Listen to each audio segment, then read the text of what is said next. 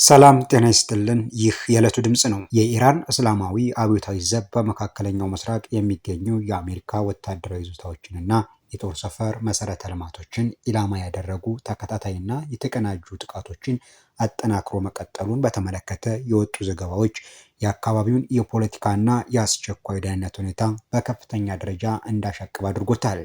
የዚህ ውጥረት ማዕከል የነበረው ደግሞ አብዮታዊ ዘቡ ዛሬ ሐሙስ ጠዋት ኩዌት ውስጥ በሚገኙ አሊ አልሳሌም የተባለ የሰው ኃይልና የጦር መሳሪያዎች ማረፊያ በሆነው የአሜሪካ አየር ኃይል ጦር ሰፈር ላይ በፈጸመው ጥቃት ከፍተኛ ቁሳቁሳዊ ውድመት ማድረሱን ይፋ ማድረጉ ነው። ይሁን እንጂ የዚህ ክስተት እውነተኛ አፈጻጸምና በቦታው ላይ የደረሰው የውድመት መጠን በተመለከተ ከተለያዩ ወገኖች የሚሰጡ መረጃዎች ተቃራኒ ገጽታ አላቸው። እንደ ኢራን እስላማዊ አብዮታዊ ዘብ መግለጫ ከሆነ በተፈጸመው ጥቃት ምክንያት በጦር ሰፈሩ ውስጥ ከፍተኛ የእሳት ቃጠሎ የተቀሰቀሰ ሲሆን በዚሁ ምክንያት ሁለት የሰው አልባ አውሮፕላኖች ወይም የድሮኖች መጠለያዎች በሙሉ ጥፋት አስተናግደዋል። ከዚህም በተጨማሪ ለወታደራዊ አውሮፕላኖችና ሄሊኮፕተሮች አገልግሎት ይሰጥ የነበረ ትልቅ የነዳጅ ማከማቻ ዲፖ ሙሉ በሙሉ መውደሙን አብዮታዊ ዘቡ አስታውቋል። የዚህ ጥቃት ዋነኛ ዓላማም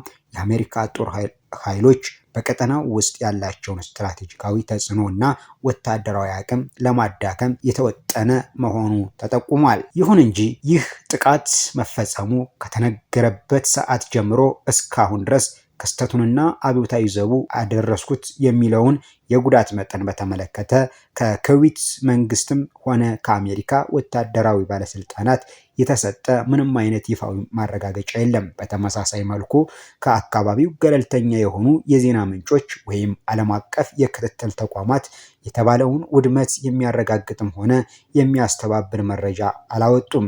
ይህ ሁኔታ ደግሞ በሁለቱ ወገኖች መካከል የሚካሄደው የቃላትና የስነ ልቦና ጦርነት ምን ያህል ውስብስብ እንደሆነ የሚያሳይ ነው። የኢራን እስላማዊ አብዮታዊ ዘብ የህዝብ ግንኙነት ክፍል ይህንን ድርጊት አስመልክቶ በሰጠው ማብራሪያ ጥቃቱ ዘመቻ ናስር 2 በሚል ኮድ ስም የተመራ እንደነበረ ገልጿል። ይኸው ክፍሉ አክሎ እንደገለጸው ይህ ክስተት አሜሪካ በመካከለኛው ምስራቅ ቀጠና ውስጥ የምታደርገውን ወታደራዊ እንቅስቃሴና የኃይል ስምሪት ለመቃወም የተሰጠ ቀጥተኛ ምላሽ ነው። ነገር ግን የህዝብ ግንኙነት ክፍሉ ስለ ጥቃቱ የይገባኛል ጥያቄ ቢነሳም ለጥቃቱ ጥቅም ላይ ስለዋሉት የጦር መሳሪያ አይነቶች ይኸውም የረጅም ርቀት ሚሳኤሎች፣ ድሮኖች ወይም ሌሎች የጦር መሳሪያዎች ስለመሆናቸው ስለደረሰው ትክክለኛ የውድመት መጠን ወይም በሰው ህይወትና አካል ላይ ስለደረሰው ጉዳት ምንም አይነት ዝርዝር መረጃ ከመስጠት ተቆጥቧል። አብዮታዊ ዘቡ ከኩዌት ሰሜን ምዕራብ ክፍል ውስጥ በሚገኘውና የአሜሪካ ኃይሎች በሰፊው በሚጠቀሙበት አሊ አልሳሌም አየር ኃይል ሰፈር ላይ ጥቃት ሲፈጽም የዛሬው የመጀመሪያው አይደለም። ቀደም ሲልም በተመሳሳይ መልኩ በዚሁ የጦር ሰፈር ላይ በርካታ የሚሳኤልና የድሮን ጥቃቶችን በማካሄድ በአሜሪካ መገልገያዎችና መሰረተ ልማቶች ላይ ከፍተኛ ጉዳት ማድረሱን ይፋ አድርጎ ነበረ።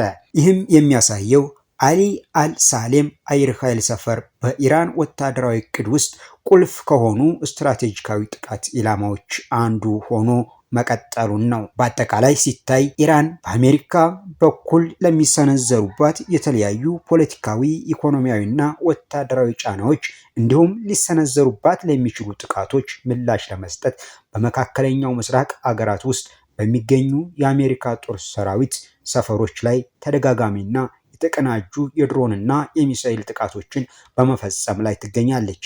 ይህ የኢራን ስትራቴጂ የአሜሪካን ወታደራዊ ክንድ ለማድከምና በቀጠናው የምታደርገውን ጣልቃ ገብነት ዋጋ ለማስከፈል ያለመ እንደሆነ ይናገራል። በተለይም በዮርዳኖስ፣ ኩዌትና ባህሬን ውስጥ የሚገኙ የአሜሪካ የጦር ሰፈሮች የዚህ ግጭት ዋነኛ ማዕከል ሆነዋል።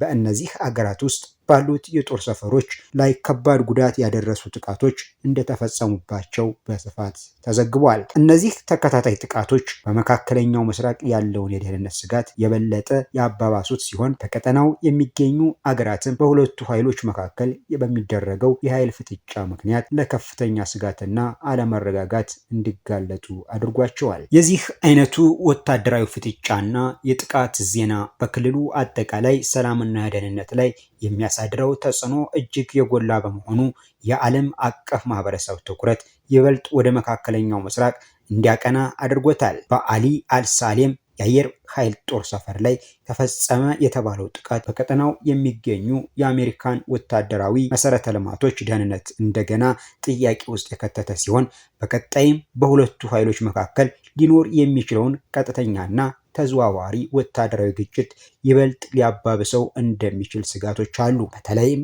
ኢራን የድሮንና የሚሳኤል ቴክኖሎጂዎቿን በስፋት በመጠቀም በዮርዳኖስ፣ ኩዌት እና ባህሬን በሚገኙ የጠላት ሰፈሮች ላይ ጉዳት ማድረሷን መግለጿ ቀጠናውን የኃይል ሚዛን ለመቀየር የምታደርገውን ጥረት ያሳያል። እነዚህ ወታደራዊ እንቅስቃሴዎች የአሜሪካን ቀጥተኛ ምላሽ ሊጋብዙ የሚችሉ በመሆናቸው ሁኔታው ወደ ሰፊና ቁጥጥር ወደሌለው የክልል ጦርነት እንዳይሸጋገር ትልቅ ስጋት ፈጥሯል። የኃይል ፍጥጫው በቀጣይም በተመሳሳይ መልኩ የሚቀጥል ከሆነ በነዳጅ መስመሮችና በዓለም አቀፍ የንግድ እንቅስቃሴዎች ላይ የጎላ ተጽዕኖ ማሳደሩ አይቀሬ ነው። በመሆኑም ከሁለቱም ወገኖች የሚወጡ መረጃዎችና የሚወስዱ እርምጃዎችን የዓለም አቀፍ ደህንነት ተቋማት በጥብቅ በመከታተል ላይ ይገኛል። በዚህም የተነሳ በቀጠናው የሚታየው ይህ ያልተረጋጋ የደህንነት ሁኔታ በጂኦ ፖለቲካዊና በኢኮኖሚ ዘርፎች ከፍተኛ የሆነ የጎንዮሽ ጉዳት እያደረሰ ይገኛል። የመካከለኛው ምስራቅ ቀጠና ለዓለም አቀፍ የነዳጅ ምርትና የባህር ላይ ንግድ መተላለፊያ ቁልፍ መስመር በሆኑ በኩዌት፣ ባህሬንና ዮርዳኖስ አቅራቢያ የሚካሄዱ ማናቸውም ወታደራዊ እንቅስቃሴዎች በዓለም አቀፍ የነዳጅ ዋጋና በሎጂስቲክስ ፍሰት ላይ ወዲያውኑ አሉታዊ ተጽዕኖ ማሳደራቸው አልቀረም። በሌላ በኩል ኢራን በተደጋጋሚ የምትከተለው የሰው አልባ አውሮፕላኖች፣ ድሮኖችና ሚሳኤሎች አጠቃቀም ስትራቴጂ የአየር ተከላካይ ስርዓቶችን የማታለል እና በርካታ ኢላማዎችን በአንድ ጊዜ የመምታት አቅም እንዳለው ለማሳየት ያለመ ነው። ይህ ደግሞ በይፋዊ መገለጫዎች ደረጃ የሚያደርገውን የቃላት ጦርነት አልፎ በቦታው ላይ የሚገኙትን የአሜሪካን ኃይሎችና ተባባሪ አገራትን ወታደራዊ ዝግጁነት ወደ ላቀ ደረጃ እንዲያሸጋግሩት አስገድዷቸዋል። ሆኖም ግን እንዲህ ያሉ ጥቃቶች በየጊዜው በሚፈጸሙበት ወቅት ተጨባጭና ገለልተኛ መረጃዎችን ማግኘት አሁንም ትልቅ ፈተና ሆኖ ቀጥሏል። ግጭቱ የያዘውን የመረጃና የስነ ልቦና ጦርነት ባህር ተከትሎ ሁለቱም ወገኖች የደረሰውን ጉዳት ማጋነን ወይም ማሳነስ መምረጣቸው እውነታውን በጥብቅ ሁኔታ ለመረዳት አዳጋች ያደርገዋል። ሁኔታው በዚሁ መንገድ የሚቀጥል ከሆነና የዲፕሎማሲያዊ መፍትሄ መንገድ ካልተፈለጉ የቀጠናው አለመረጋጋት ወደ ከፋ ዓለም አቀፍ ውጥረት የማሸጋገር ዕድሉ ከፍተኛ ነው።